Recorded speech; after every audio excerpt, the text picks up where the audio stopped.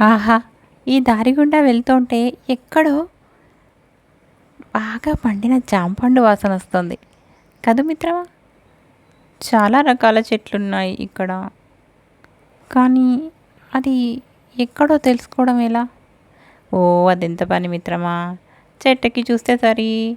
ఇదిగో నేనెళ్తున్నానుగా. అయ్యో! మిత్రమా! ఎందుకలా పరుగు పరుగున ఎక్కుతున్నావు? నువ్వు ఎక్కిన తర్వాత అక్కడ పండు లేకపోతే మళ్ళీ దిగుతావు, మళ్ళీ ఎక్కుతావు, మళ్ళీ దిగుతావు.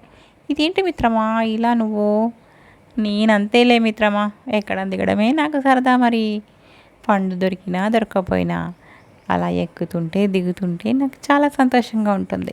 అయినా ఉండు, నేను ఆ పండు తెంపుకొని తీసుకొనొస్తాను. నువ్వు కాసేపు ఆగు మిత్రమా.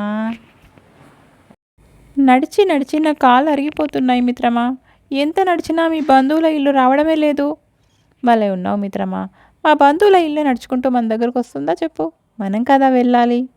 మరి మనమే కదా వెళ్తున్నాం. అయినా రావడం లేదు. సరేలే మిత్రమా, కాస్త అటు ఇటు చూడు. ఈ సుందర దృశ్యాలని పరిశీలించు. ఆ పువ్వుల్ని చూడు. ఇదిగో ఈ పువ్వు పేరేంటో తెలుసా నీకు?